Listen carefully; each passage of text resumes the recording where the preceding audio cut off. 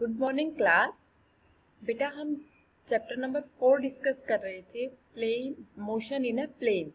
तो प्लेन की बातें हम कर रहे थे, जिसमें मैंने आपको लास्ट वीडियो में स्केलर और वेक्टर क्वांटिटीज के बारे में बताया था। उसके आगे हमने displacement vector and position vector के बारे में भी डिस्कस किया था। सो बेटा today we are going to discuss some more properties of vectors. Next is equality of vectors. तो दो वेक्टर को हम इक्वल कब कहेंगे? दो वेक्टर बेटा सपोज करो हमारे यहाँ दिए हुए हैं, this is first vector, this is second vector, A vector and B vector. A vector is OP, B vector is Q S. बेटा ये दोनों की टेल है, ये दोनों के हेड है, तो इनकी डायरेक्शन आप क्या बोलोगे? O2P and Q2S।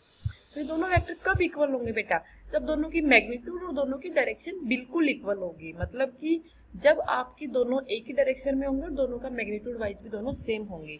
अगर मैं दूसरी चीज बोलूं तो बेटा आप क्या बोलोगे कि जब इस वेक्टर को, ए वेक्टर को अगर हम फिक्स रख देते हैं और बी वेक्टर को जब हम ट्राई करते हैं कि इसको ए के ऊपर कोइंसाइड कराने की कोशिश करें, तो अगर ये पूरा पूरा कोइंसाइड कर जाता है, मतलब कि जब आप इधर से इसको इस साइड में ले जाना स्टार्ट करोगे, तो जब ये O के ऊपर Q आ जाए, P के ऊपर S कोइंसाइड कर जाए, तब तो हम बोलेंगे कंप्लीटली ये वेक्टर क्या कर गया? कोइंसाइड कर गया। दैट इज कि ये वेक्टर कैसे है? आपके इक्वल वेक्टर हैं। अदरवाइज बेटा ये आपके वेक्टर कैसे रहेंगे? इक्वल वेक्टर नहीं होंगे। तो बेटा अब आप क्या बोलोगे? Two vectors A and B are said to be equal if and only if the condition is what? They have the same magnitude and the same direction. The figure shows two equal vectors A and B. To check their equality, shift B parallel to itself until its tail Q coincide with that of A. मैं B को A की तरफ shift करती हूँ जब तक कि इसकी Q जो है, इसकी टेल जो है वो टेल O के साथ में कोइंसाइड नहीं कर जाए। अब हम क्या देखेंगे बेटा? देखो ये मैंने शिफ्ट किया, यस समझ आया। Since their head S and P also coincide, उनके हेड भी कोइंसाइड कर गए हैं। देखो कहीं भी हमें डिस्क्रिपेंसी नजर नहीं आ रही है। The two vectors are said to be equal. In general, equality is indicated as A के ऊपर वेक्टर लगाओ, इक्वल का साइन लगाओ, B के ऊपर वेक्टर लगाओ, तो A vector is equal to B vector. अब come to the next point. अब आप क्या बोलोगे बेटा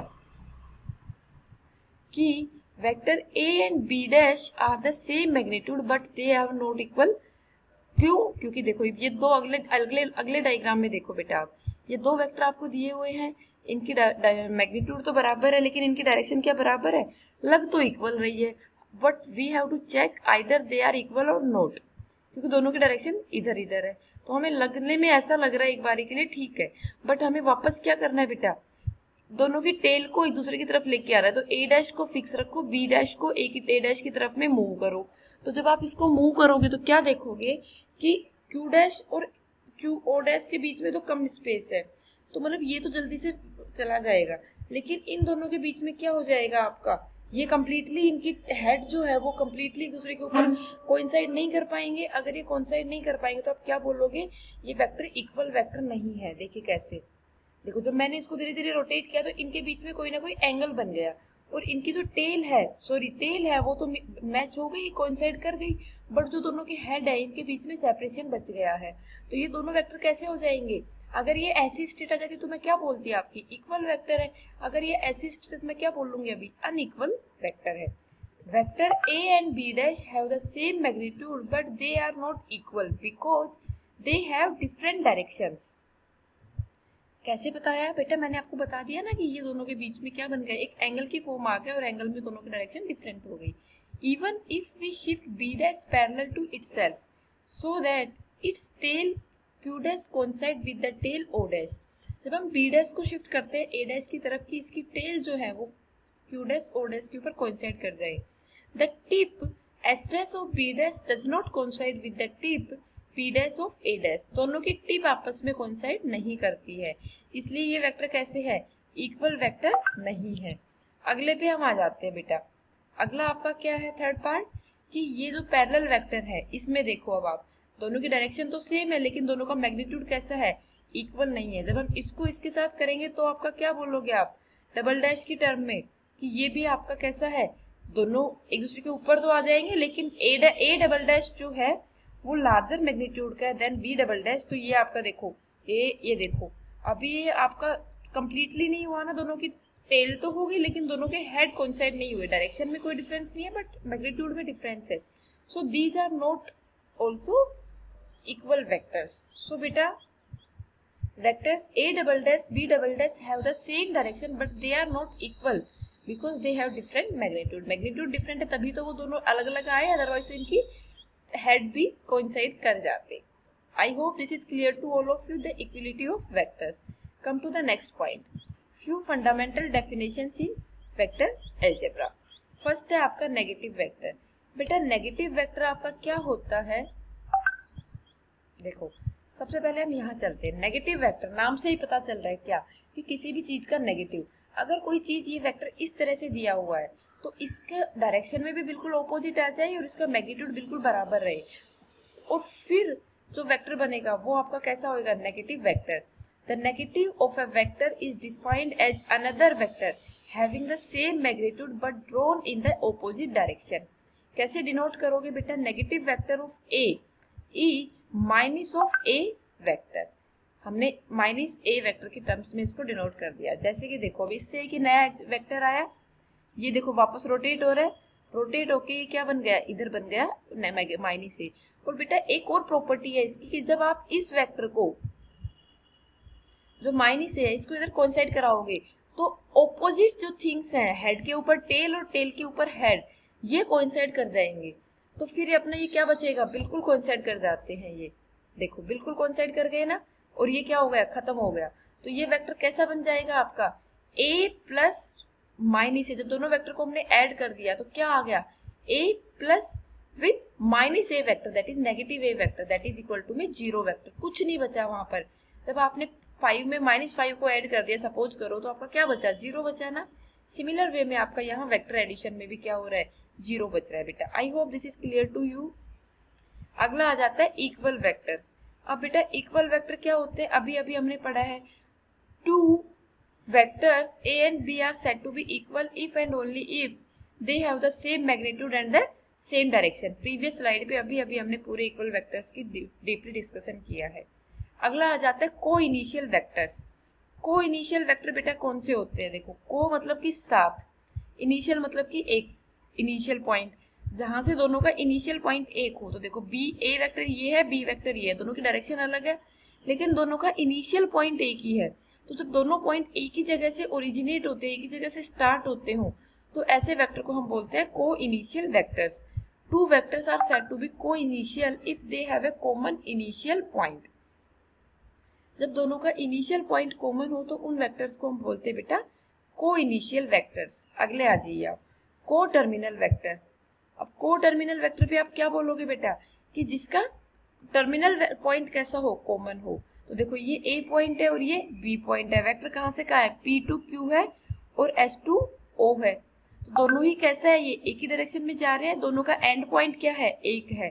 तो the two vectors are said to be coterminal if they terminate at a common point. अगर वो टर्मिनेट किसी कॉमन पॉइंट पे होते हैं तो भी हम उनको क्या बोलते हैं, को टर्मिनल वेक्टर्स बोलते हैं।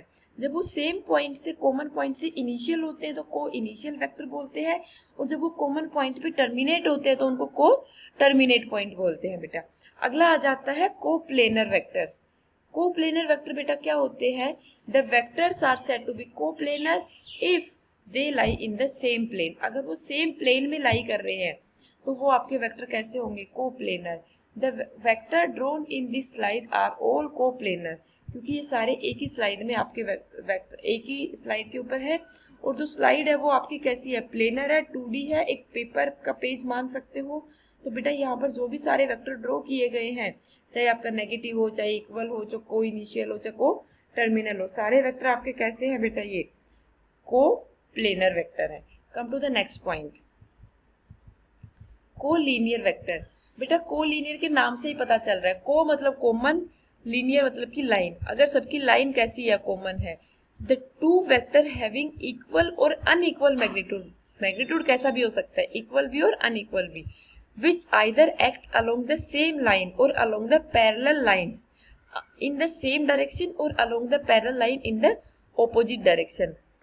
कोई भी ऐसे वेक्टर जो सेम लाइन के अलोंग जा रहे हो, जो सेम डायरेक्शन में हो या ऑपोजिट डायरेक्शन में हो, या वो सेम लाइन के अलोंग एक्ट कर रहे हो, ऐसे वेक्टर को आप क्या बोलोगे बेटा? Collinear vector. मतलब कि देखो ये दोनों वेक्टर कैसे है? पैरेलल है। ये दोनों वेक्टर कैसे है? एंटी पैरेलल है, लेकिन इनकी लाइन ऑफ एक्शन कैसा है? सेम है। तो ये वेक्टर आपके कैसे कहलाएंगे बेटा? Collinear vector. यूनिट वेक्टर, नाम से ही पता चल रहा है बेटा क्या कि यूनिट वेक्टर कैसा वेक्टर होता है? यूनिट मतलब कि वन, एक ऐसा वेक्टर जिसका क्या हो, जिसके अंदर क्या हो, जिसका मैग्नीट्यूड वन हो। A vector divided by its magnitude. देखो ये वेक्टर है और ये नीचे उसके मॉडुलस से मैंने क्या बताया था, या तो मॉडुलस लगा दो या उसके ऊपर एरो हटा दो और उसको लाइट फेस में लिखो, वो क्या कहलाता है? आपका मैग्नीट्यूड कहलाता है। तो यहाँ पर मैंने मॉडुलस लिखा है। तो बेटा एक वेक्टर को उसके मॉडुलस से जब डिवाइड कर दोगे यूनिट वेक्टर से, तो वो क्या बनेगा? आपका यूनिट वेक्टर बनेगा। और यूनिट वेक्टर का नोटेशन क्या होता है? कोई भी जो यूनिट वेक्टर जिसे डिनोट कर रहे हो वो, और इसके ऊपर ये कैप जो शो करती है, ये क्या करती है कि ये वेक्टर आपका कैसा है? ये वेक्टर आपका यूनिट वेक्टर है। A vector divided by its magnitude is called a unit vector along the direction of the vector.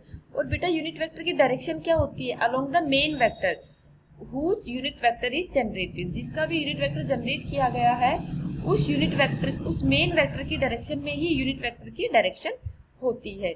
A unit vector is a vector of unit magnitude pointing in a particular direction। अब आप क्या बोलोगे? Unit vector क्या होता है? एक vector होता है जिसका मैग्नीट्यूड तो यूनिट होता है और उसकी डायरेक्शन एक पर्टिकुलर डायरेक्शन में पॉइंट करती है, और वो पर्टिकुलर डायरेक्शन क्या होती है? उस एक्चुअल वेक्टर की डायरेक्शन होती है। इट हैज नो डायमेंशन और यूनिट। इसकी ना कोई डायमेंशन होती है ना कोई यूनिट होती है। It is use to specify a direction only.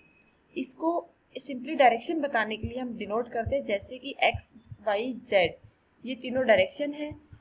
3D अब मैंने एक प्लेन कंसिडर कर दिया है, तो एक्स के अलोंग हमने आई कैप डायरेक्शन ले ली है। देखो आपका एक्स के अलोंग हम आई से डिनोट करते हैं, कैप इसलिए लगा दिया क्योंकि ये यूनिट वेक्टर का नोटेशन होता है।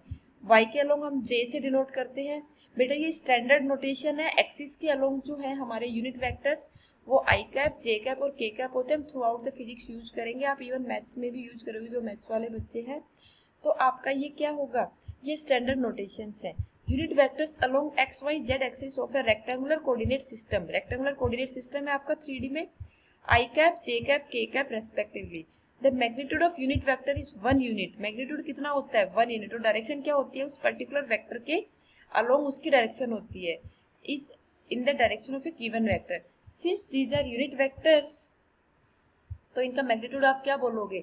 आई का भी, जे का भी और के का भी, तीनों का मॉडुलस। देखो मैंने मॉडुलस लगा रखा है। यूनिट, इनका मैग्नीट्यूड कितना हो जाएगा? 1 हो जाएगा बेटा। So this is about the unit vectors. Come to the next slide, zero vector और नल वेक्टर। बेटा जीरो वेक्टर क्या होता है आपका? जीरो वेक्टर आपका होता है बच्चे क्या कि जिसके अंदर कोई भी वेक्टर का,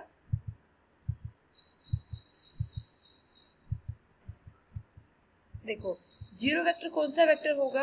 एक ऐसा वेक्टर बेटा, देखो consider a point, a position vector in a plane. तो हमने P और Q, P और P डैश तो पॉइंट लिए, इनके पोजीशन वेक्टर ले लिए R और R dash. Now suppose an object which is at P at time T, वो किसी भी T डैश टाइम के बाद में P डैश पे पहुंच जाता है, और वो किसी भी पाथ के थ्रू जा सकता है। P A P डैश और P B P डैश, दोनों पाथ के अलोंग वो P A P डैश के अलोंग तो वो गया है, और P B P डैश के अलोंग वो आया है। देखिए इस स्लाइड को एक बार ढंग से देखिए बेटा, ये गया और ये वापस आया, और मैंने इसका पोजीशन वेक्टर बता दिया था R minus R dash. Then what is the displacement? Fine. अगर आपका यहाँ से केवल ये यहाँ तक जाता तो बेटा किसी भी पाथ के अलोंग, तो हमने डिस्प्लेसमेंट वेक्टर देखा था R dash minus R, displacement और पोजीशन वेक्टर में बात करी थी। लेकिन अभी तो ये यहाँ से यहाँ तक गया और वापस आ गया B पाथ के अलोंग। A पाथ के अलोंग तो ये गया है और वापस आ गया B पाथ के अलोंग, तो जहां से गया वहीं पे वापस आ गया।